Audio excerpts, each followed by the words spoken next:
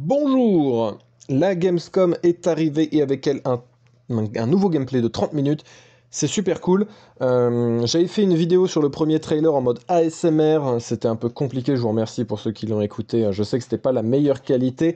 Je vais vous faire du coup un très bref résumé de cette vidéo de 5 minutes si vous l'avez pas vu. On a 4 barres, vie, eau, énergie, endurance. L'énergie pour tout ce qui est électrique, bouclier, etc. L'endurance pour tout ce qui est dash, grimper, etc. On peut faire des mouvements assez permissifs à l'attaque des titans avec les dash en l'air, le grappin. L'eau et le sang s'évaporent, on a des bases immenses avec des blueprints, on a des véhicules modulables et on a une date de sortie à savoir début 2025.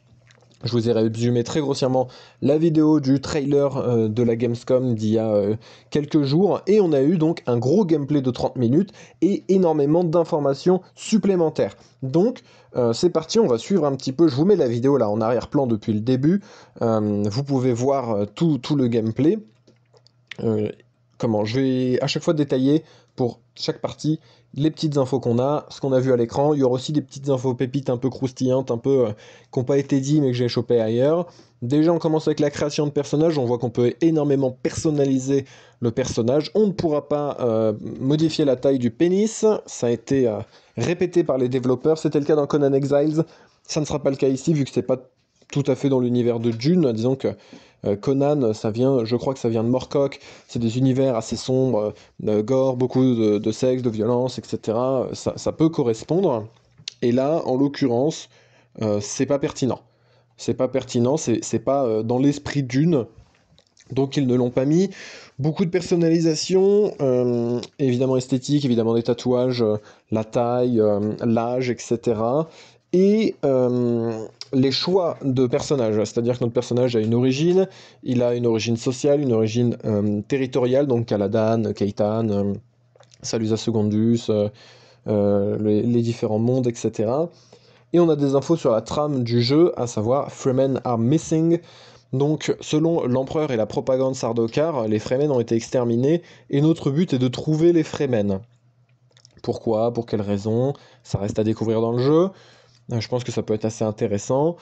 Maintenant, on va s'attaquer un peu au début du jeu qui nous est montré. On voit très vite, donc on spawn dans une caverne.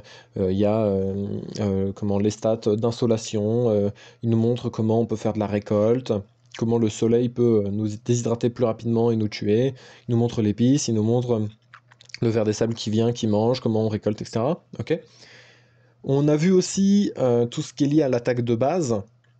Donc l'attaque de base de NPC, donc de personnages non joueurs. On peut faire des mouvements un peu à la SNK, hein, comme je l'ai dit. On voit que le mec, il a le grappin, le dash, l'antigrave. C'est assez cool, on peut faire des choses sympas. Il me semble qu'il y avait une grenade anti-gravité qui avait été annoncée, donc ça peut être marrant vu qu'on peut s'auto-projeter. On voit les compétences et les techniques, donc ils sont deux choses très différentes. Il y a des compétences d'un côté, on peut en avoir jusque 3, et il y a des techniques de l'autre.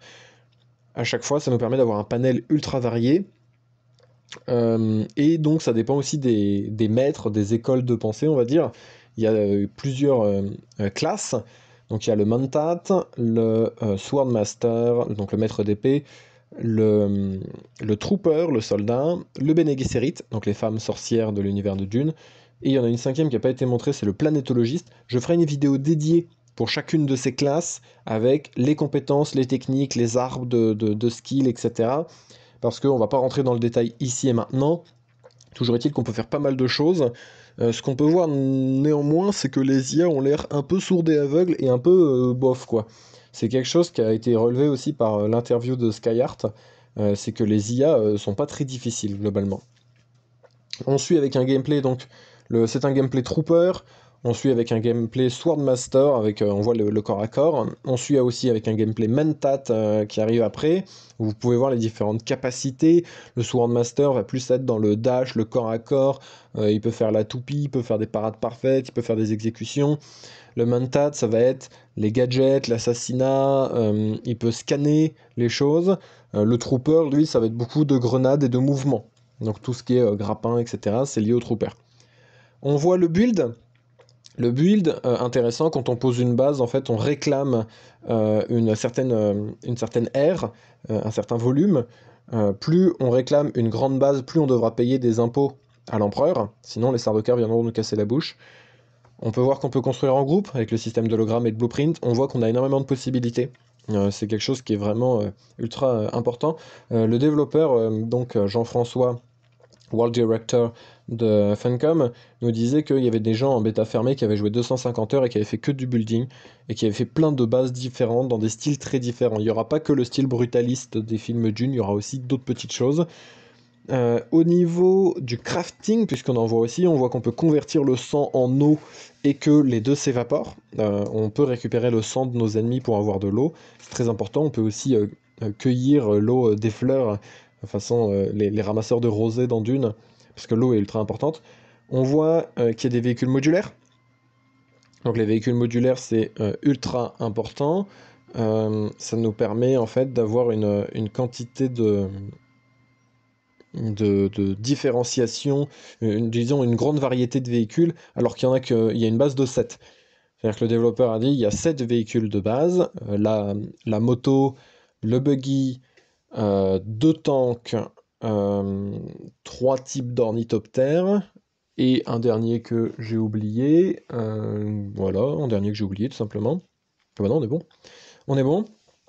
Et à partir de là, en fait, ça pourrait paraître peu, mais chaque véhicule est modulable. C'est-à-dire que vous pouvez avoir des ornithoptères avec lance-missiles, d'autres avec scanner, vous pouvez avoir des véhicules avec plusieurs sièges, ou au contraire avec plus de stockage, avec plus de protection, etc.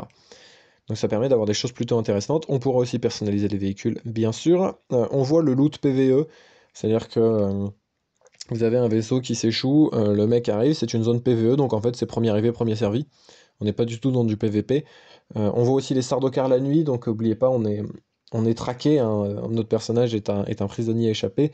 Si donc les Sardocars patrouillent, s'ils nous trouvent avec leurs rayons, ils envoient des troupes pour nous tuer, et on peut les looter, mais c'est censé être difficile. Ce qu'on voit maintenant, c'est du sable farine. Donc en fait, c'est du sable qui est censé servir à la construction. Donc là, c'est voilà, les joueurs qui récoltent ce sable-là, c'est quelque chose de l'univers de Dune. Quand on récolte, bah, en fait, le verre peut venir. C'est là qu'on voit que dans le sable, il n'y a pas seulement de l'épice à récupérer. On peut aussi récupérer d'autres sources et attirer du coup le verre. Sachant que le verre, quand il vous mange, c'est fin du jeu, dans le sens où vous perdez tout. Non, vous perdez pas vos capacités, etc. Mais vous perdez vos armes, vos armures, vos ressources, votre équipement, votre argent. Donc, c'est vraiment très compliqué. Et le développeur disait que tout le monde se fait bouffer au moins une fois par le verre et que c'est très. Ils essayent de faire en sorte que ce soit à la fois frustrant et pas trop, parce que c'est quelque chose qui peut te faire rage quitte, hein. Si t'as fait 50 heures et que tu te fais bouffer par le verre, coup dur, on va dire, coup dur. Sachant qu'on ne peut pas brain le verre. Là, ce que vous voyez, c'est donc qu'ils se font poursuivre par le verre et ils s'en sortent. En fait, c'est un mensonge qui a été confirmé par le développeur, la vidéo est cutée. La vidéo est cutée. Au début de la vidéo, ils se font poursuivre par le verre, en fait, ils se font bouffer dans la suite de la vidéo. Et ce que vous voyez quand ils s'en sortent miraculeusement, c'est issu d'une autre vidéo. Donc même eux se sont fait bouffer. C'est très compliqué de brain le verre. Et normalement, quand le verre est plus rapide que vous, et le verre est censé vous bouffer. Vous ne pouvez pas l'esquiver normalement.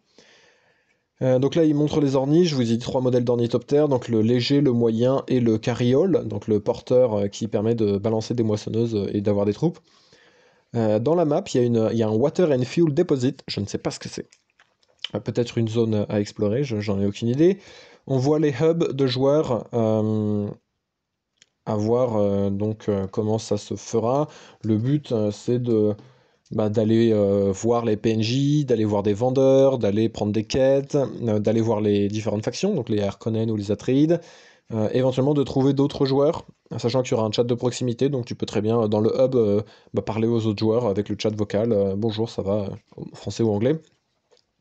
Les ornis, je vous avais dit que dans une vidéo que les ornis, je pensais qu'ils étaient d'une maniabilité terrible et que c'était insane. A priori, Skyheart a pu y jouer et nous a dit que les ornis étaient bien maniables. Donc, à voir.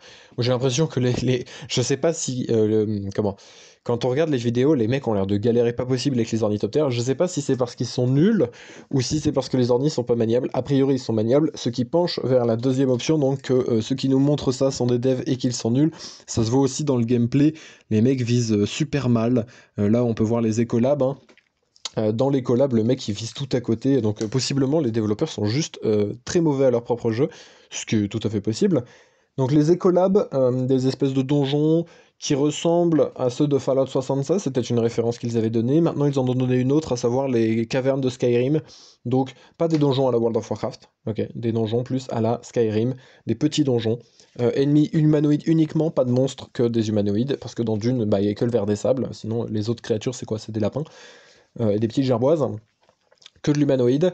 On voit donc que les écolades permettent des compositions uniques, c'est-à-dire d'avoir de la forêt, de la jungle, de la glace, des choses assez inspirées. Ils sont beaucoup plus libres que sur Arrakis. On les voit combattre et on voit le combat de fin, c'est-à-dire il y a de l'épice qui explose, les gens vont récolter de l'épice, on voit un truc qui largue, le carriole largue la moissonneuse, donc ça peut être très cool, t'es pas obligé de la poser, tu peux la jeter, ça peut être très marrant.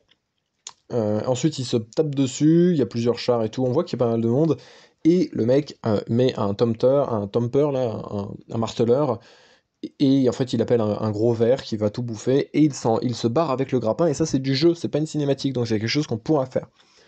Donc là vous avez tout au niveau du gameplay, alors j'ai accéléré hein, évidemment la vidéo pour que vous ayez quelque chose qui correspond à peu près à ce que je raconte. Une dernière chose, beaucoup de gens m'ont dit qu'on voyait du downgrade et du clipping dans le gameplay, et c'est quelque chose d'assez vrai. Dans le sens où, alors il y a beaucoup de clipping et il y a beaucoup de problèmes. C'est-à-dire qu'à un moment tu vois une corde qui fait n'importe quoi au début quand tu es dans la caverne, tu vois beaucoup de clipping, notamment dans le Arco Village, il y a des mecs qui spawnent, donc le clipping c'est les éléments qui spawnent à 5 mètres de toi, voilà, c'est... tu vois des trucs qui arrivent devant toi, qui pop d'un coup. C'est du clipping, ça veut dire que ta distance d'affichage n'est pas ouf. Il y a des chutes de framerate, et ça c'est pas lié à je sais pas quelle retransmission, c'est des vraies chutes de framerate dans leur jeu. Bon, j'ai envie de dire oui, mais j'ai envie de dire que le jeu est en bêta encore. Le jeu est en bêta, faut voir, hein. A priori ils ont pu faire jouer des gens dans des niveaux très open, je pense notamment à Skyheart, et ils disaient que ça allait à peu près. Le jeu, pareil, il y en a qui disent que le jeu a downgrade. Je trouve quand même relativement joli, mais c'est Unreal Engine 5. Hein. On ne peut pas se projeter à l'heure actuelle. C'est ça que je veux vous dire. On ne peut pas se projeter à l'heure actuelle. C'est normal qu'il y ait des petits problèmes techniques. Le jeu sort dans 6 mois. À voir comment ça sera réglé. Des échos qu'on a de la bêta fermée, le jeu pourrait sortir aujourd'hui et serait dans un relativement bon état comparé à ce que sortent d'autres jeux comme l'industrie vidéoludique, nous le montre si souvent. Donc bon, là je saurais pas vous dire, toujours est-il qu'on ne précommande jamais, précommander c'est le mal, on attend de voir ce que ça donne, on attend plus d'infos. Alors au niveau des prochaines vidéos, donc alors bien évidemment venez sur le serveur français, il y a un serveur Discord Dune Awakening France, venez-y, on vous y attend, on est déjà 350 mais on veut plus de monde. Il va y avoir d'autres vidéos sur les différentes interviews. Là j'ai quelques infos en plus que je peux vous donner. Donc on a Carthage qui a explosé, la ville du Lord de Dune qui a explosé, Carthage. Au niveau des compétences, il y a des trucs sympas, grenade empoisonnée, tourelle, hologramme. On a le Bene Gesserit qui peut forcer les gens à se rapprocher. On a plusieurs arbres par maître, donc par arbre de compétences. Donc le Mantat a plusieurs arbres de compétences à lui tout seul, pareil pour les autres. Et les escouades sont de 4, ça c'est une info aussi sympa. Quand tu joues avec tes potes, tu peux faire des escouades de 4. Et pour les guildes, ils ont dit plusieurs dizaines de personnes dans une guilde, entre 10 et 50, plus proche de dizaines de joueurs que de centaines de joueurs en tout cas, donc maximum 100. Voilà, donc ça c'était toutes les infos. Donc venez sur le serveur français, c'est ultra important. N'hésitez pas à rejoindre aussi ma guilde. Si le roleplay vous intéresse, on fait une guilde roleplay. Et puis je vous dis à très vite, il va y avoir donc des interviews qui vont... Les interviews des différents influenceurs, je vais les faire assez rapidement. Et il y aura d'autres petites vidéos sympathiques. A très vite pour de prochaines vidéos, c'était Eric Tamas, à plus.